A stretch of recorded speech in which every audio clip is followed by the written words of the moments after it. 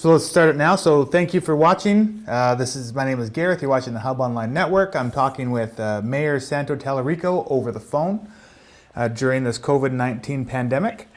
So thank you again for taking the time to talk with me right now. Thank you, Gareth. I appreciate the opportunity. So we have outlined some topics to discuss. The one thing that wasn't on this list was the COVID-19 thing that's going on, so I'm hopefully going to add that to the list at the end. So we're going to talk about question one. What was it that made you want to become mayor? There wasn't one particular item that I was concerned about other than we wanted, personally, my objective was to ensure that our urban lifestyle, our rural lifestyle was intact, and we moved on developing our community in a fashion that was a sustainable fashion. So that was at the top of my list, just to ensure that our rural lifestyle wasn't compromised by, as you know,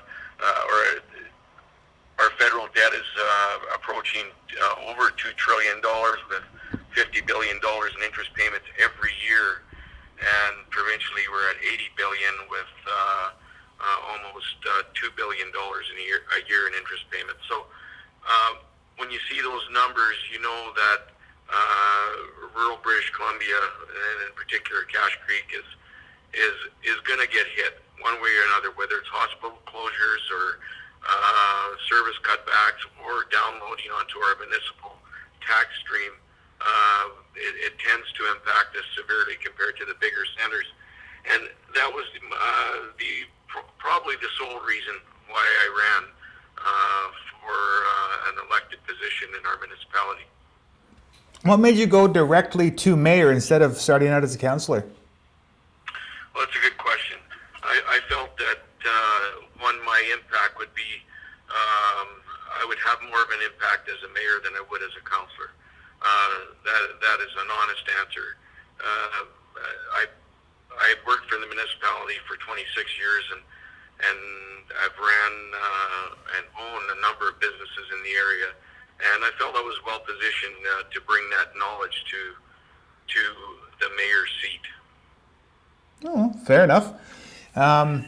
So now that you've become mayor and you've been doing this for a while, how has your first year and a bit gone?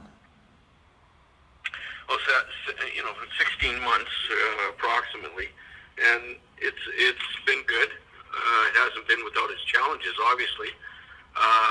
It reinforced my thoughts that in rural British Columbia that we had an uphill struggle.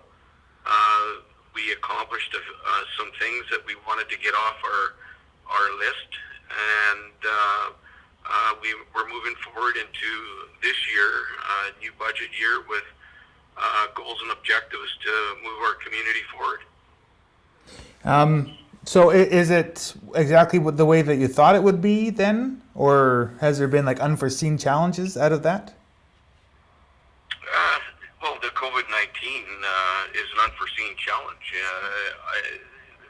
The prediction was that we were going to be faced with an outbreak of some kind at some point, but certainly the federal government didn't plan for an outbreak because they didn't include pandemics in their emergency planning as far as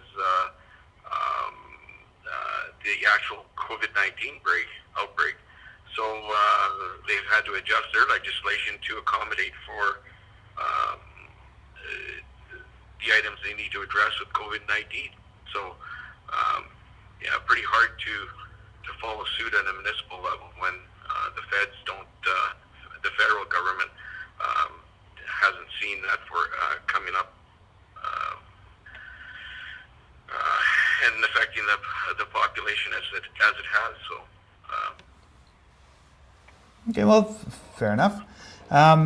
So you didn't go for councillor, but what other duties does a mayor have in contrast to what a councillor does? Well, I think in the leadership role is is huge. I mean, you want to set the rudder for the ship to ensure that you're following your strategic plans, that you get a pulse for the community, and you're able to meet your goals and objectives, and you have to outline those and follow through. So I don't know how that changes. We are we are a unified council, and we make decisions. Not some of them are popular by some councillors, but we debate them and we come up with a solution, and we come up to a vote, and we decide on which direction we're going as a council. So I don't think it changes the whole deal as being a mayor versus a councillor. Oh, okay.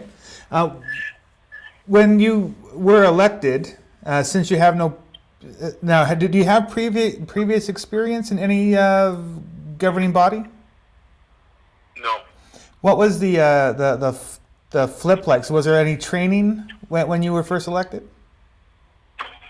Trial by fire, for sure. Okay. You learn very quickly. Interesting.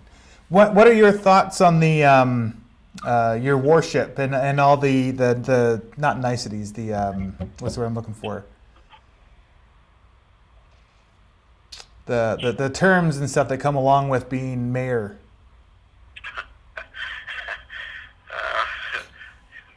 I understand what you're saying completely. And probably that's what prompted your question. Look at being elected by the people of, in my case, Cache Creek, doesn't entitle me to be called his worship or whatever other term that they want to put forward. I'm an elected official by the citizens of Cache Creek. I haven't done anything to deserve that title. So until I do, as you know, and I'm sure that's why you asked me that question, I'm not worthy of being called that in any capacity. So I'd rather earn it, and if I do, then fine. And other than that, I'm not interested. No, right on. That's very humble. So minus the COVID-19 current pandemic, we'll get to that towards the end of the interview here. What have been some other challenges and or positives that you have faced over the last 16 months? Challenges for sure is the community being the downloading that goes on from federal to provincial to municipal structures. In our case, that is worrisome for me. The limited financial means as a smaller rural community that we have that puts us in a challenge mode sometimes, and certainly we want to encourage growth in our community. And sometimes you come with a bit of resistance with that when you want to make change. So that's not necessarily a negative. That's just facts that come along with living in a smaller center sometimes. The positives are that in today's world, we're extremely thankful that we live in a rural environment where we have lots of space between ourselves, and we know our neighbors. We're able to rely on our neighbors. We have gone through 2015, 2017, 2018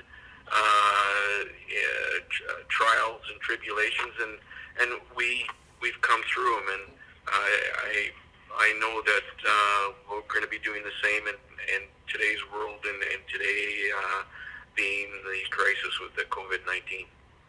Okay. Can you elaborate a little bit on what you mean by the download between the feds and the province and the municipal governments? Well, let's take policing for instance. We know that the RCMP is settling on a ratified agreement, a union agreement of sorts, and that is going to be that is going to have an impact on various municipalities in the country. We're waiting for that, the ramifications of that to hit our table and find out what that's going to mean. That's just one example. Okay. So moving on, what are some current projects that are happening in Cache Creek? Well, the most striking one, I'm sure, is where we're going to have the most financial impact on our budget is the Campbell Hill landfill, and once that's operational, the royalties that brings in and the jobs that it brings in. So that is a positive, and that is something that we can anticipate happening mid-year. So we're looking forward to that getting back in operation, and the municipality, along with 2 or 3 other local government entities, gaining a revenue stream from it. Oh, good. Now, around the Campbell Hill, I don't want to say dump, landfill, there's been lots of dates thrown out. So you're saying mid-year now? Is that an official timeline, or? No, it's not. Definitely not official. Okay. There's all kinds of things that, not all kinds, but there's certainly some climate-related things as far as how soon they can do some of the items that they need to do up at the landfill. It's all weather-related. Okay. So, and I'm sure other small things that have an impact on the opening day, but that is the best forecast day of opening. Good to know. So talking about projects, in the council meetings, we've heard a couple of times about the new possibility of a mobile home park up at the top of Stage Road. Is that actually still going forward at this time? The modular home park, I believe, is what you're referring to. Yes, thank you, modular home. Yeah, not a mobile home, but I want to make that clear that it is a modular home park, strata development scheme, and it's at the preliminary stages. They hope to turn ground very early into this spring, and as far as we as a municipality go, it seems like it's a project that's going to move forward unless there is an unforeseen with this COVID-19 and things change dramatically from that point. It's amazing how many things sort of go up in the air when something like this happens. Oh, let's face it, COVID-19 is part A of, and I don't want to diminish it by saying part A. COVID-19 is reality that we're faced with today. Right. The second half is the world economy and the subsequent recession that we're going to experience. Yep. And how well we recover from that, and how well we're positioned in the whole scheme, the whole picture of things, and how well we rebound in British Columbia and in particular Cache Creek. So that's the second half of the dilemma, the problem, the ongoing pain that we're all experiencing. Yeah, it's getting pretty interesting out there, that's for sure. So what things do you see coming? So let's just say that at the moment, so let's if we went back a few weeks and the COVID-19 pandemic wasn't a thing, what were some of the things that were coming up in the future in our area? Well, as I mentioned, the landfill. Yeah. Secondly, we're hoping that our downtown business district will see some activity. Of course, the extension of a strata title modular home parking in the Stage Road. There is the prospect of another subdivision very close to that happening as well. There's some interest in some other developments in the downtown core, and I want to stress they're only interest at this point, but that is a positive sign for our area. And the future 2020, for instance, would have been I think without the COVID-19 showing up in our country, or let's say it didn't happen at all, which would have been the best case scenario, we would have had I think, a very positive 2020 year. So the next two items kind of go hand in hand, but I'm going to start with the pool. So there's been lots of talk about the Cache Creek pool and how it may or may not be opening this year. Now, again, assuming that the COVID-19 wasn't a factor, what was the last update on the pool from your end? Well, I think we have to factor in the COVID-19. Okay. Is our decision at last night's in-camera council meeting, which has been subsequently released to the public, is that the pool won't be open this year. Okay. The Cache Creek pool will be closed. And COVID-19 was a big part of the decision-making process, but there was also other factors in there that we had to take into account as well. And when all of them were put together, is an overwhelming. We had to make the decision that the unfortunate decision to close the pool. Okay. And so moving forward, then, is this an indefinite closure now, or is there a possibility of it opening again next year? Certainly no possibility for 2021. Okay. That's going to be a council decision. That's not something that I can say that will or will not happen, depending on where we're at for next budget year and the things that are happening around us at that time. It will be reassessed and determine whether it can be part of our recreational program and attraction to the municipality. Cool. And then the last question I have before we start talking in depth about the COVID-19 pandemic, the big question that I have been hearing from the public, because what I've done is I've set up a table at like the post office and stuff just to sort of hear what the village is not worried about, but the thing on the villagers' minds. And the big thing currently is the budget. So can you shed any light onto how that is going with, I guess just shed any light on how that is going? Well, the budget process is, the provisional budget is something that's ongoing. We're compiling what we need to achieve in 2020 and what we're going to need to keep our municipality in solid operating mode. And I'm not sure what you mean by the budget, other than it will be on time and where we're at with the budget as far as increases or any particular areas that we're going to spend money on. That's still being compiled. Is me using the term budget the wrong way to phrase it? Well, I'm not sure what you're asking.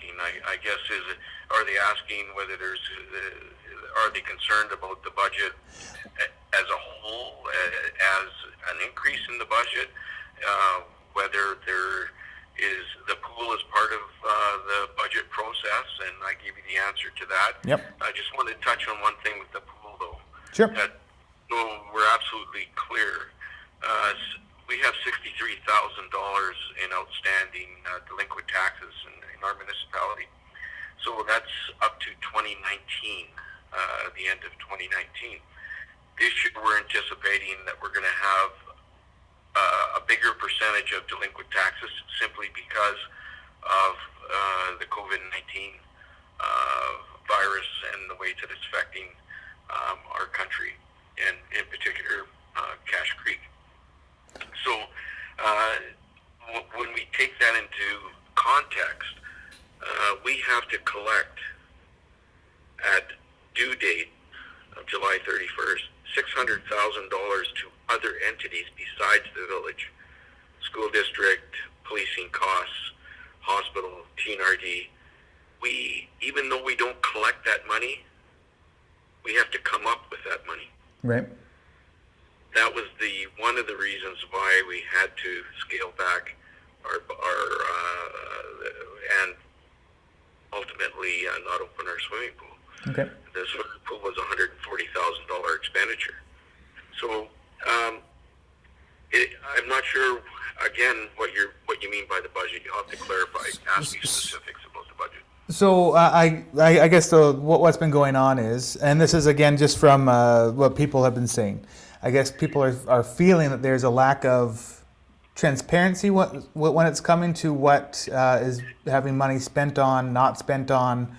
There hasn't been a public forum about anything new recently about that, which is something that has been spoken about since October of 2019.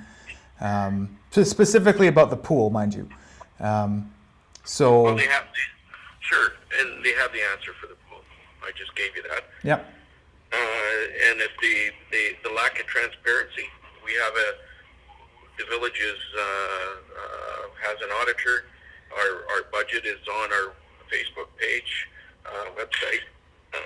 If they have any questions, they can phone our CAO or our CFO and get clarification on any item in the budget. They're welcome to come to council meetings and ask questions if they wish. Yep. So when they say lack of transparency, I still don't get it, and I don't understand it. They have that information. People have information if they want it. Okay. I'm sure people that watching this will find that big relief. When you say delinquent taxes, can you just clarify what that is? Unpaid. By village members or? By, well, not particularly. People that are on their tax roll. Okay. Okay. It could be businesses. It could be people. It could be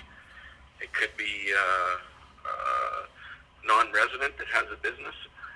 But these are delinquent taxes that are owed to the municipality and ultimately the citizens of Cache Creek. Wow. I did not know that. Okay, so that's the bit about the budget. Thank you for answering those questions. Now let's talk about COVID-19, the big story of the day. So what is Cache Creek sort of planning for, if anything? Well, our sole plan is to ensure that water, sewer, and garbage are maintained. So we have potable water. We have our effluent stream still in effect, and that our waste is being picked up and taken to our landfill or to our landfilling process at this point. So that's we have ongoing discussions with the province, and those are fairly regular between myself, our CAO, and the province. We're had a regional meeting with all local governments, not all local governments, but the majority were there that are in our general area, and we're constantly discussing an ever-changing, almost minute-by-minute issue. And the government is taking the lead. The province is taking the lead. They declared the state of health emergency, and we are following their lead and doing what they ask us to do. We're in close contact with the RCMP, and we're offering each other any assistance that we can, and we'll continue to do that until this virus is put to bed. What are your thoughts on how the province is handling this? Is everything going well in your opinion, or are there areas that are lacking? Well, it is. I can't criticize the province or any other government entity at this point. I don't think anybody expected that this was going to move along like it did, and certainly they're trying to do the best they can, and we're going to be as supportive as we can and try and work through it together. So as far as I'm concerned, there's no criticism there to be had. If knock on wood that doesn't happen, but if a case arises in Cache Creek, is the next step for Cache Creek and Ashcroft to then declare their own states of emergency, or is that a thing that you're not looking at doing in the future? I don't understand that concept because the province has already declared a health state of emergency, and from my understanding with Minister Farnsworth, that they are going to not acknowledge the municipalities that have declared their own state of emergency. So I don't know what the answer is to that question, other than I guess we could, but it doesn't really mean a whole lot. No, that's fair. I was under the impression that every municipality had the opportunity to then in turn have their own. So that makes sense. If they're not going to, if they're saying that the provincial one is good enough, then that's it. Then that's good. Well, you can understand the logistics. If every municipality in British Columbia decided to do their own state of emergency, what kind of nightmare that may be posed for the province. So, no, we at this point, unless we can come up with a really good reason to do it, it's not even on our radar. Cool. Well, is there anything else that you'd like to talk about? We've covered it. We just like to ensure that as a council, and I'm sure that the public has heard this 100 times, if not 1,000 already, to ensure the physical distancing is part of an everyday activity. Washing your hands with warm soap and water, and continue to treat everybody fairly, and look out for our neighbors, and we'll get through it. But that's the message that I can provide at this point. But if there's any questions at all, I will be in the office at 11 a.m. every morning, Monday to Friday, to answer the public's questions, along with our CAO or CFO if need be. So there's no reason for people to speculate about anything.